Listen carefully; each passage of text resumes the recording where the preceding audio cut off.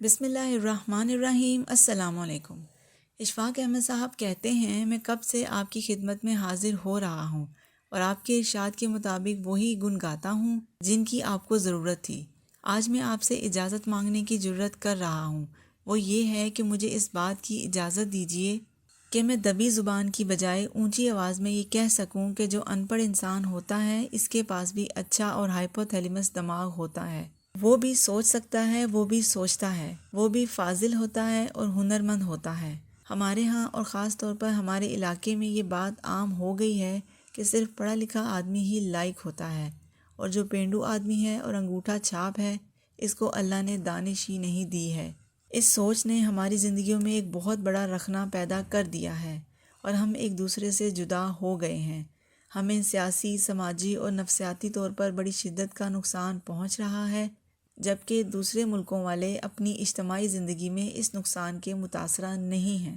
ہماری 14 کروڑ کی اتنی بڑی کمیونٹی ہے، اس کو ہم نے ایک طرف رکھا ہوا ہے، اور میں، آپ اور ہم سب جو سمجھدار لوگ ہیں جن کی تعداد زیادہ سے زیادہ 2 لاکھ بنتی ہے، ہم نے سارا حساب و کتاب سنبھال رکھا ہوا ہے، اور اصل میں ہم ہی اس ملک کے آقا اور حکمران بنے بیٹھے ہیں۔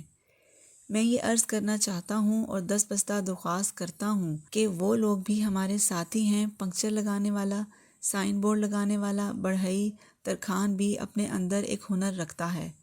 اگر ہم اس کو سلام نہ کر سکیں تو کم از کم ان کے لیے دل میں یہ احترام تو رکھیں کہ یہ ویلڈر جس نے کالے رنگ کی اینک پہن رکھی ہے اور ٹانکا لگا رکھا ہے، وہ بھی تقریباً اتنا ہی علم رکھتا ہے جتنا ہارٹ سرجن یا بائی پاس کرنے والے کا علم ہوتا ہے، لیکن ہم نے ایسے ہنرمندوں کو ایک طرف رکھا ہوا ہے۔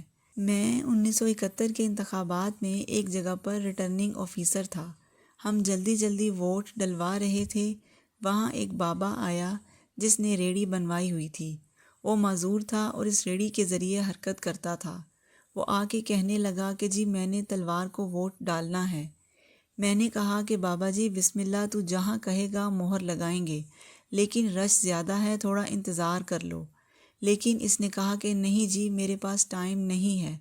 وہاں میرے اسسٹنٹ کہنے لگے کہ جی اس کا ابھی ووٹ ڈلوا دیں۔ میں نے اس کی خوشنودی کے لیے کہا کہ بابا آپ کی ریڑھی بڑی کمال کی ہے، تو نے کہاں سے لی؟ کہنے لگا یہ میں نے خود بنائی ہے۔ پہلے جو بنائی تھی اس کو میں نے بچوں والی سائیکل کے پہیے لگائے تھے، وہ پکے پر خوب دوڑتی لیکن کچے میں وہ پھنس جاتی تھی۔ پھر میں نے لکڑی کے موٹے پہیے لگائے تو وہ کچے میں اچھے چلتے تھے اور پکے میں یا سڑک پر بہت شور مچاتے تھے۔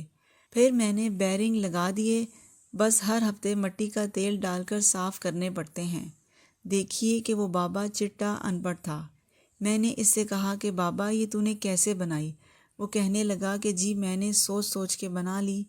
میں نے جب اس سے بار بار پوچھا کہ کیا تو نے یہ خود ہی بغیر کسی کی مدد کے بنا لی؟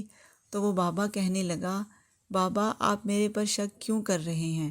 دیکھیں جی اگر بندہ پڑھا لکھا نہ ہو تو دماغ سے ہی کام لینا پڑتا ہے نا۔ اس واقعے کے بعد میں دیکھتا کہ لوگ کیسی کیسی مہارتیں رکھتے ہیں اور عام بغیر ڈگری ہنرمند کتنے ذہین ہیں۔ میں نے نوٹ کیا کہ عام ہنرمندوں کا انداز فکر بھی برٹن رسل یا سقراط ہی کی طرح کا ہوتا ہے، اور یہ کسی آئنسٹائن سے کم نہیں ہے۔ یہ بھی انگوٹھا چھاپ ہوتے ہیں اور نئی ایجادیں کر ڈالتے ہیں۔ یہ زیادہ الفاظ نہیں جانتے ہوں گے، لیکن ان کا دماغ عام پڑھے لکھے دماغوں کی طرح سے ہی کام کرتا ہے۔ ایک قصبہ موڑ کھنڈا ہے، وہ بڑا پیارا علاقہ ہے۔ اس میں کافی جھگڑے وگڑے اور لڑائیاں بھی ہوتی ہیں۔ وہاں ایک کسان تھا اور اس کا بیٹا میرا واقف تھا۔ وہ MBBS کا طالب علم تھا اور فائنل ایئر میں تھا۔ گاؤں میں اس کا باپ حقہ پی رہا تھا۔ وہ کہنے لگا کہ اشفاق صاحب میرے بیٹے کو علم دیں۔ جی میں نے کہا کہ کیوں، کیا ہوا؟ بہت اچھا علم حاصل کر رہا ہے، اس سے اعلیٰ علم تو اور کوئی ہوتا ہی نہیں۔ وہ اپنے بیٹے کو مخاطب کر کے کہنے لگا کہ تو اشفاق صاحب کو بتا۔ وہ لڑکا کہنے لگا کہ جی میں ہارٹ اسپیشلسٹ بننا چاہتا ہوں۔ اس کا باپ پھر کہنے لگا کہ بیوقوف، ایک آدمی کے اندر ایک دل ہوتا ہے اور اس کا علاج کر دو گے تو وہ دوبارہ نہیں آئے گا، لیکن تو دانتوں کا ڈاکٹر بن۔ 32 دانت ہوتے ہیں، کبھی نہ کبھی کوئی نہ کوئی خراب ہوگا، اس طرح ایک آدمی 32 دفعہ آئے گا۔ اب آپ اس بابا جی کی سوچ کا زاویہ دیکھیں۔ خواتین و حضرات، سقراط کسی اسکول سے باقاعدہ پڑھا لکھا نہیں تھا، کسی کالج، اسکول یا یونیورسٹی کا اس نے منہ نہیں دیکھا تھا۔ آپ کے حساب سے جو ان پڑھ لوگ ہیں وہ ایکسپیریمنٹ بھی کرتے ہیں؟ ایک حیران کن بات ہے، اور آپ یقین نہیں کریں گے، میں جہاں جمعہ پڑھنے جاتا ہوں وہاں ایک مولوی صاحب ہیں۔ اب جو مولوی صاحب ہوتے ہیں ان کی اپنی ایک سوچ ہوتی ہے، انہیں سمجھنے کے لیے کسی اور طرح سے دیکھنا پڑتا ہے، اور جب آپ ان کی سوچ کو سمجھ جائیں تو پھر آپ کو ان سے علم ملنے لگتا ہے۔ وہ نماز سے پہلے تمام صفوں کے درمیان ایک 4 کونوں والا کپڑا پھراتے ہیں جس میں لوگ حسب توفیق یا حسب تمنا کچھ پیسے ڈال دیتے ہیں۔ اس مرتبہ بڑی عید سے پہلے جو جمعہ تھا اس میں بھی وہ 4 خانوں والا کپڑا پھرایا گیا، اور جو اعلان کیا وہ سن کر میں حیران رہ گیا۔ وہ اس طرح سے تھا، دوحہ قطر سے کوئی صاحب آئے تھے، انہوں نے مجھے 5,000 روپے دیے ہیں، میں نے وہ پیسے 2-3 دن رکھے اور پھر میں نے ان روپوں کو 100 اور 50 کے نوٹوں میں کنورٹ کروایا، جنہیں اب میں یہاں لے آیا ہوں، جو اس 4 کونوں والے کپڑے میں ہیں۔ عید قریب ہے، ہم سارے کے سارے لوگ صاحب حیثیت نہیں ہیں، اور جس بھائی کو بھی ضرورت ہو وہ اس کپڑے میں سے اپنی مرضی کے مطابق نکال لے۔ وہ کہتا ہے کہ ہم پڑھتے ہیں کہ 10 دنیا 70 آخرت، آخر دینے سے کچھ فائدہ ہی ہوتا ہے نا۔ شاید وہ یہ ٹیسٹ کرنا چاہتا تھا کہ بات جو لکھی ہوئی ہے یہ واقعی درست ہے یا پھر ایسے ہی چلتی چلی آ رہی ہے۔ میں نے دیکھا کہ اس کپڑے میں سے کچھ لوگوں نے روپے لیے، ایک نے 50 کا نوٹ لیا، ایک اور شخص نے 100 کا نوٹ لیا۔ کچھ ڈالنے والوں نے اس کپڑے میں اپنی طرف سے بھی نوٹ ڈالے۔ اگلے دن میں مولوی صاحب سے ملا اور ان سے کہا کہ گزشتہ روز آپ کا عجیب و غریب تجربہ تھا، ہم نے تو ایسا آج تک نہ دیکھا نہ سنا۔ تو وہ کہنے لگا کہ جناب، جب میں نے آخر میں اس رومال یا کپڑے کو کھول کر دیکھا اور گنا تو 6,500 روپے تھے۔ اب یہ بات میرے جیسے پڑھے لکھے آدمی کے ذہن میں یا دانش مند آدمی کے ذہن میں نہیں آئی۔ ایک ان پڑھ کبھی کبھی ایسے ماحول یا تجربے سے گزرتا ہے، وہ پھر ایک ایسا نتیجہ اخذ کرتا ہے جو مجھ کتاب والے کو کبھی نہیں ملا۔ خواتین و حضرات، لاہور اور شیخو پورہ روڈ پر کئی ایک کارخانے ہیں۔ ایک بار مجھے وہاں جانے کا اتفاق ہوا۔ جب میں وہاں کام کر کے فارغ ہونے کے بعد لوٹا اور گاڑی سٹارٹ کرنے لگے تو وہ سٹارٹ نہ ہو۔ خیر، میں نے ڈرائیور سے کہا کہ تم اپنی ایفرٹ جاری رکھو، مجھے جلدی واپس جانا ہے، لہٰذا میں بس پر چلا جاتا ہوں، تم بعد میں آ جانا۔ جب میں بس میں بیٹھا تو اور وہاں سواریاں بھی تھیں۔ ایک نیند میں ڈوبا ہوا نوجوان بھی تھا جس کی گود میں خالی پنجرہ تھا، جیسے کبوتر یا طوطے کا پنجرہ ہوتا ہے۔ وہ نوجوان اس پنجرے پر دونوں ہاتھ رکھے اونگ رہا تھا۔ جب اس نے آنکھیں کھولیں تو میرے اندر کا تجسس جاگا اور میں نے اس سے بات کرنا چاہی۔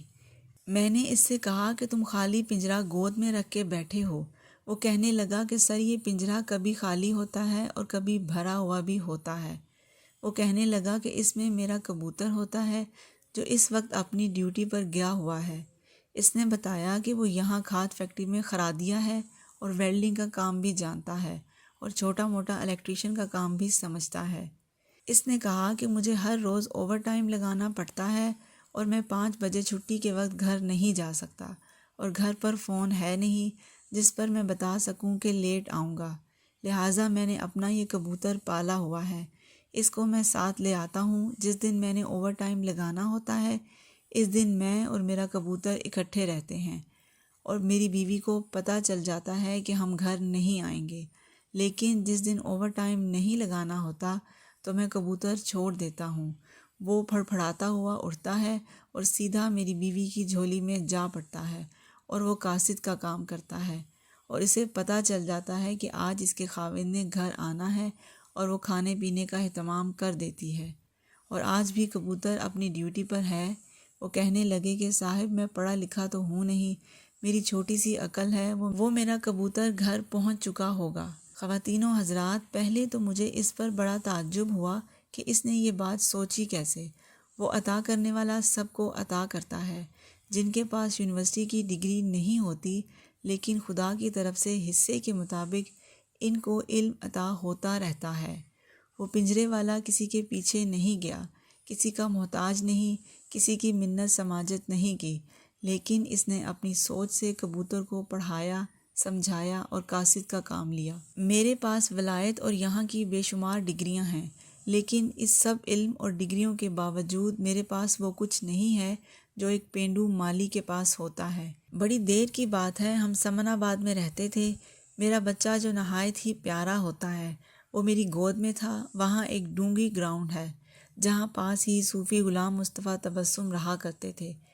میں اس گراؤنڈ میں بیٹھا تھا اور مالی لوگ کچھ کام کر رہے تھے۔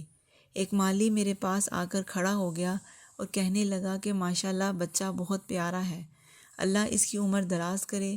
وہ کہنے لگا کہ جی میرا چھوٹے سے جو بڑا بیٹا ہے وہ بھی تقریباً ایسا ہی ہے۔ میں نے کہا ماشاءاللہ، اس حساب سے تو ہم قریبی رشتہ دار ہوئے۔ وہ کہنے لگے میرے 8 بچے ہیں۔ میں اس زمانے میں ریڈیو میں ملازم تھا اور ہم فیملی پلاننگ کے حوالے سے پروگرام کرتے تھے۔ جب اس نے 8 بچوں کا ذکر کیا تو میں نے کہا کہ اللہ ان سب کو سلامت رکھے، لیکن میں اپنی محبت 8 بچوں میں تقسیم کرنے پہ تیار نہیں ہوں۔ وہ مسکرایا، میری طرف چہرہ کر کے کہنے لگا صاحب جی محبت تقسیم نہیں کیا کرتے، محبت کو ضرب دیا کرتے ہیں۔ وہ بالکل ان پڑھ آدمی تھا اور اس کی جب سے کہی بات اب تک میرے دل میں ہے۔ میں اکثر سوچتا ہوں کہ واقعی یہ ضروری نہیں ہے کہ کسی کے پاس سوچ و فکر کا ڈپلومہ حاصل کیا جائے۔ ہم نے تعلیم یافتہ اور ان پڑھ کے الگ الگ درجے بنا لیے ہیں۔ اب بدقسمتی سے تعلیم میں بھی مسئلے پیدا ہو گئے ہیں اور تعلیم یافتہ اور اعلیٰ تعلیم یافتہ کا ذکر شروع ہو گیا ہے۔ ایک بڑے اور ایک کمزور اسکول کی باتیں ہونے لگی ہیں۔ پچھلے دنوں ایک مہندی کا پروگرام تھا، میں بھی وہاں تھا اور لڑکیاں ناچتی رہیں اور سخت ہنگامہ رہا۔ وہاں 5-6 لڑکیاں تھیں، وہ میرے ساتھ بات کرنے لگیں۔ انہیں آرزو تھی مجھ سے بات کرنے کی۔ انہوں نے مجھے دیکھا تو میرے پاس آ گئیں۔ جب وہ مجھ سے بات کر رہی تھیں تو میری پوتی چیل کی طرح میرے اوپر جھپٹی اور کہا کہ دادا یہ آپ کن سے باتیں کر رہے ہیں، یہ تو اردو میڈیم کی لڑکیاں ہیں۔ یعنی یہ بات ہمارے بچوں کے اندر بھی آ گئی ہے۔ اس بار عید پر میری بیوی نے ہمارے گوالے بشیر کو، جو طبیعت کا بڑا سخت ہے، اس سے کہا کہ 1 سیر دودھ زیادہ دے دو۔ اس نے کہا اچھا آپا جی۔ ساتھ والوں نے بھی ایسے ہی زیادہ دودھ لیا اور ساتھ ساتھ کئی گھروں کو ان کی مرضی کے مطابق زیادہ دودھ دیا۔ میری بیوی نے اس سے بڑی شکایت کی اور اس سے کہا کہ بشیرے خدا کا خوف کرو اور کچھ شرم کرو، تمہارا بڑا نام اور اچھی شہرت ہے، تو اس محلے میں کب سے دودھ دے رہے ہو؟ اس مرتبہ تو ہم کو عید پر پانی والا دودھ دے گئے۔ اس نے جواب دیا آپا جی بات یہ ہے کہ عید کے قریب آ کر سب لوگ مجھ سے 1 سیر دودھ زیادہ مانگیں گے تو میں ایک دن کے لیے نئی بھینس تو خرید نہیں سکتا، پھر ایسا ہی دودھ دوں گا۔ اب میری بیوی کے پاس اس کو دینے کے لیے کوئی جواب نہیں تھا۔ میری آپ کی خدمت میں یہ درخواست ہی ہے اور ایک عرض یہ ہے کہ خدا کے واسطے ہم 20 لاکھ پڑھے لکھے لوگ دوسرے 14 کروڑ کو بھی اہمیت اور احترام دیں، انہیں اچھوت نہ سمجھیں اور ان سب کو اپنے ساتھ ملا لیں۔ انہیں مال میں سے حصہ نہ دیں، رشتہ داری قائم نہ کریں، لیکن انہیں پیار، محبت اور عزت تو ضرور دیں۔ اگر ہم ان کو اپنے قریب رکھیں گے اور اس حکم کا پاس کریں گے کہ کسی گورے کو کالے اور کالے کو گورے اور عربی کو اجمی پر کوئی فوقیت نہیں ہے، اور تم میں سے بڑا وہ ہے جو تقویٰ میں سب سے بڑا ہے، اگر اس فرمان پر عمل کریں تو یہ ان پڑھ سقراط اور آئنسٹائن ہمارے لیے ہی آسانیوں کا باعث بنیں گے اور ہمیں ویسے ہی عزت لوٹائیں گے جیسے ہم ان سے کریں گے۔ عجز و انکساری گو ایک مشکل بات ہے، لیکن یہ تقویٰ کے حصول کے لیے ضروری ہے۔ ہمارے ہاں جتنی ضرب المثال بنی ہیں یہ سب ان پڑھ لوگوں نے اپنے تجربات سے بنائی ہیں۔ یہ ایک سوچ کی بات ہے، ایسے ہی نہیں باہر آ جاتی۔ یہ دانش اور فلسفیوں کی باتیں ہیں۔